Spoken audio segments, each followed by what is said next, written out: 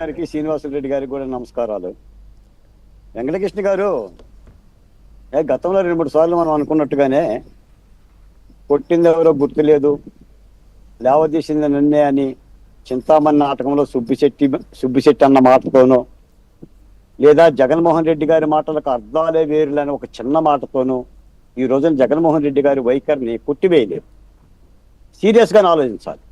ఎందుకంటే జగన్మోహన్ రెడ్డి గారి గురించి వైసీపీ కార్యకర్తలు ఆలోచించకపోయినా, నాయకులు ఆలోచించకపోయినా, ఇల్లాలు భారతిరెడ్డి గారు ఆలోచించకపోయినా, మీలాంటి నాలాంటి వాళ్ళు రాష్ట్ర ప్రజలు ఆలోచించాలి. ఆంధ్రప్రదేశ్కి గవర్నర్ గారి దృష్టిలోనూ, ప్రజల దృష్టిలోనూ, ప్రధాని నరేంద్ర మోడీ గారి దృష్టిలో ఒక ముఖ్యమంత్రి ఉన్నాడు. ఆయన పేరు చంద్రబాబు నాయుడు గారు. కానీ జగన్మోహన్ రెడ్డి గారి దృష్టిలో జగన్మోహన్ రెడ్డి గారు ఇప్పటికే ముఖ్యమంత్రి. ఆయన ప్రతిపక్ష నాయకుడిగా భావించటల్లా. ఇప్పటికే ఆయన ముఖ్యమంత్రిగానే ఆయన స్వానుభవంలో ఆయన అభినయం చేస్తూనే ఉన్నాడు. ఎందుకంటే మనం ఆయన బెడ్రూమ్లోకి వెళ్ళలేము, ఆయన డైనింగ్ రూమ్ దగ్గరికి వెళ్ళలేము. కానీ తరచూ ఆయన డాక్టర్ని కనుక సంప్రదిస్తే జగన్మోహన్ రెడ్డి గారి వ్యవహార శైలి ఏంటనేది చాలా స్పష్టంగా తెలుస్తుంది. 2 అంశాలు జరుగుంటాయి. ఒకటేమో 2024 ఎన్నికలకు ముందు జగన్మోహన్ రెడ్డి గారి జ్ఞాన మెదడు, చిన్న మెదడున్న దెబ్బతిని ఉండాలి. లేదు అంటే ముఖ్యమంత్రి కుర్చీ దెయ్యమన్నా బట్టి ఉండాలి. పదే పదే అదే ఆలాపన, అదే ప్రేలాపన. సంక్రాంతికి ముందు సంక్రాంతికి ప్రజల్లోకి వస్తానన్నాడు, ప్రతి నియోజకవర్గంలో పడుకుంటాను అని అన్నట్టు కార్యకర్తలకు ఏదో చెప్పాడు, లండన్ వెళ్ళాడు, సంక్రాంతి పోయింది, ఎప్పుడు నువ్వు జనంలో పోతావంటే తొందరే ఉందబ్బా అంటున్నాడు. 9 మాసాలు అయింది అంటున్నాడు. మీరు ఇంకో మాట కూడా గమనించండి. నేను 16 మాసాలు జైల్లోకి వెళ్తే ఏమయ్యింది, ముఖ్యమంత్రిని అయ్యాను అంటున్నాడు ఆయన. అంటే నేను తప్పు చేశానా, నేరం చేశానా, జైలుకి ఎవరు వెళ్తారు, న్యాయస్థానాలు ఏమి చేస్తాయి, అవి న్యాయస్థానాలు, ఒక న్యాయ ప్రక్రియ, ఇది ప్రజాస్వామ్యం. మీరే అన్నారు ప్రజాస్వామ్యానికి అర్థం చెప్పిండు ఆయన. ప్రజాస్వామ్యం అంటే 5 ఏళ్ళు అని. ఇంతటి ఘనాతిఘనమైన రాజ్యాంగ నిర్మాత కదా మన జోగి రమేష్ గారు అంటారు కదా, బీసీలకు రాజ్యాంగం రాసిండు జగన్మోహన్ రెడ్డి గారు అని. బీసీలకు రాజ్యాంగము, ఎస్సీలకు రాజ్యాంగము, రెడ్లకు రాజ్యాంగము, ఈ రాజ్యాంగాలన్నీ రాశాడు కదా. అంటే ఒక ఫోబియా పట్టిందండి, ముఖ్యమంత్రి కుర్చీ ఫోబియా. ఎప్పుడు ఎలక్షన్లు జరుగుతాయా, ఎప్పుడు ఎన్నికలకు పోదామా, ఎప్పుడు ఆ కుర్చీ మీద కూర్చుందామా, ఈ ధ్యాస తప్ప.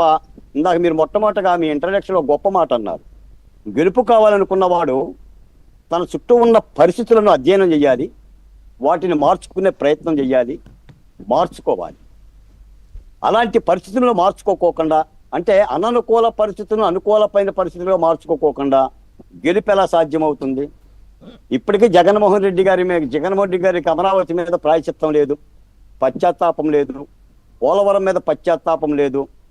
5 ఏళ్ళ ఆయన పరిపాలన, విధ్వంస పరిపాలనలో చనిపోయిన ఆయన బాబాయ్ వివేకానంద రెడ్డి గారి విషయం మీద కూడా పశ్చాత్తాపం లేదు.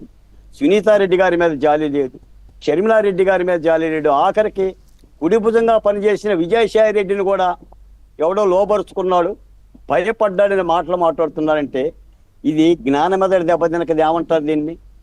ఇలాంటి వాళ్ళు ముఖ్యమంత్రిగా ఉంటే ఏమంటారు? మనం ఏం చెప్పాం, 5 ఏళ్ళు పిచ్చోడి చేతికి రాయి అని చెప్పాం పరిపాలన. జగన్మోహన్ రెడ్డి గారి పరిపాలన పిచ్చోడి చేతికి రాయి అని చెప్పాం.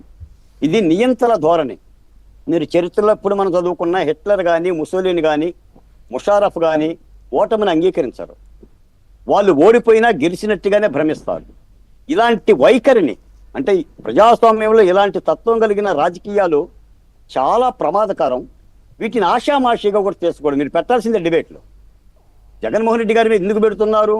11 వచ్చి ఓడిపోయాడు కదా, చచ్చిన పాముని ఎందుకు చంపుతున్నారంటే ఆయన చచ్చిపోయిన పాము కాదు, తప్పనిసరిగా ఆ పాము బుసలు కొడుతుంది.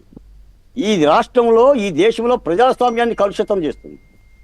ఎంతోమంది బిడ్డలను పొట్టన పెట్టుకున్నారు సార్, మనం మర్చిపోకూడదు.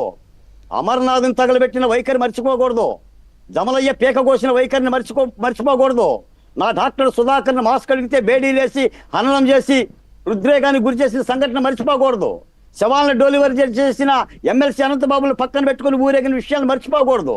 భువనేశ్వరి దేవిని హననం చేసిన అసెంబ్లీ పర్వాన్ని ఆయన ఇవాళ కూడా ఒక మాట అన్నాడు, నేను అసెంబ్లీలో పెద్దగా రాజకీయాలు కూడా నేను చెయ్యలేదు అని. చేసిందే రాజకీయాలు కదా.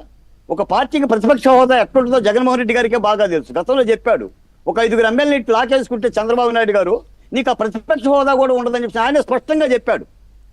ఆయనకి కుడి చెయ్యేదో తెలుసు, ఎలం చెయ్యేదో తెలుసు, అన్నీ తెలుసు ఆయనకి. కానీ